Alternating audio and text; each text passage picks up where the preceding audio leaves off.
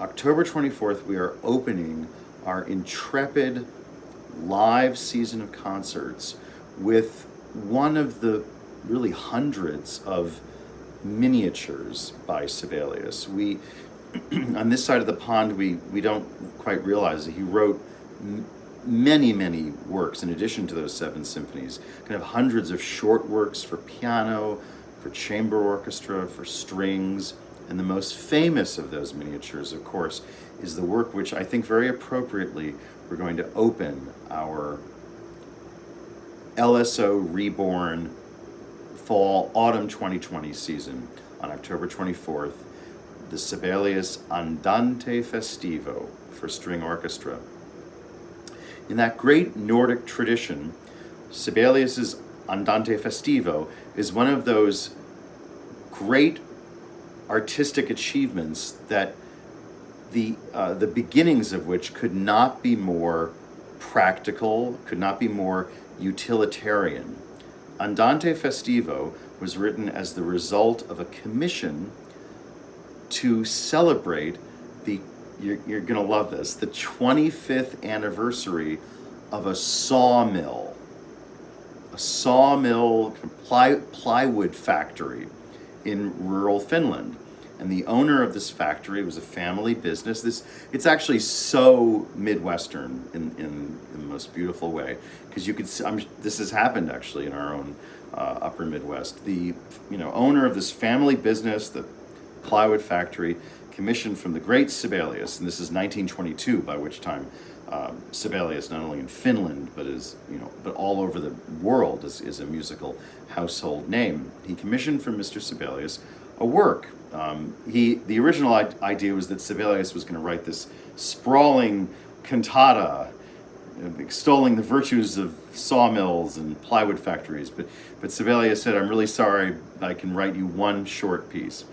And it's probably good that he did that, because he ended up writing this radiant little gem of a work. It was originally simply for string quartet. It's a 1-movement, 5 to 6 minute piece written for string quartet. By 1930, the piece was becoming so frequently performed at solemn occasions, weddings, funerals, commencements, what have you, that Sibelius, who by the early 1930s had basically stopped writing music. One of the great mysteries in classical music history is that Sibelius lived well into the 1950s. He lived into his early 90s, but by about 1930, he stopped composing completely. It's this 30-year silence that is one of the great mysteries of Western music.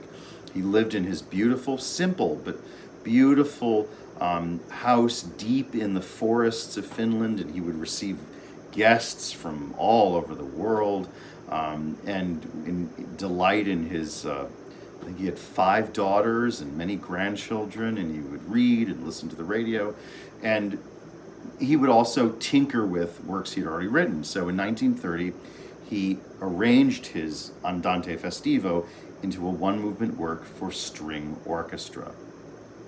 As I said, Sibelius loved to listen to music, good music, on the radio, and he kind of now and then would toy with the idea of writing coming out of his silence to write a piece of music for the radio. He never did that literally, but the closest he got was the Andante Festivo, and there's a beautiful story about this.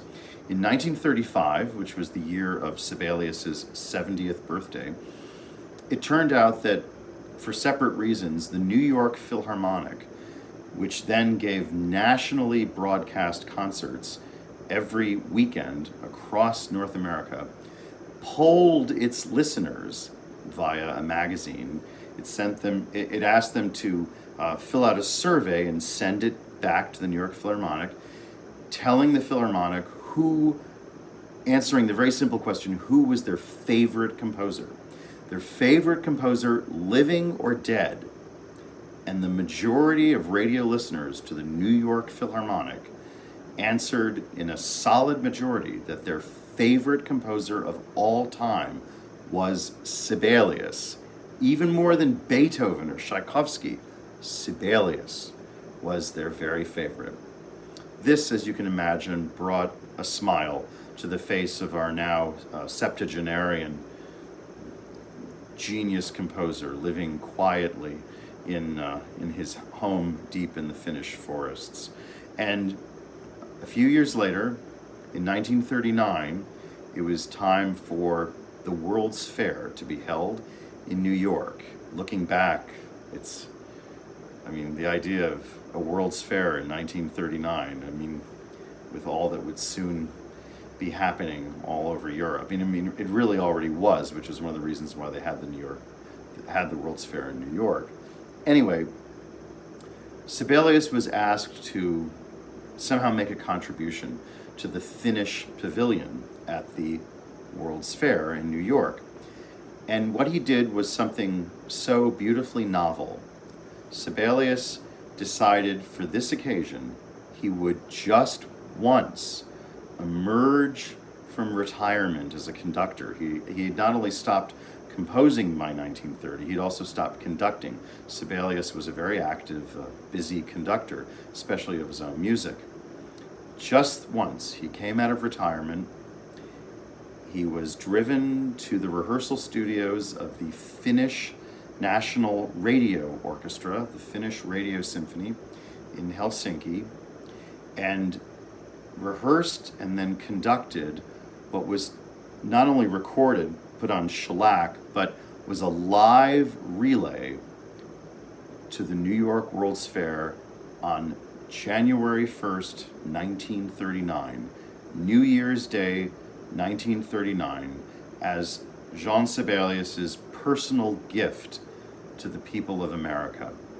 That performance was believe in the 1990s, rediscovered. There had been for many years a performance that was, quote, conducted by Sibelius, but actually it was a lie. It was conducted by one of his assistants. But in the 1990s, they found the original disc, the original shellac disc of this rehearsal and then performance and live relay to the New York World's Fair on New Year's Day, 1939.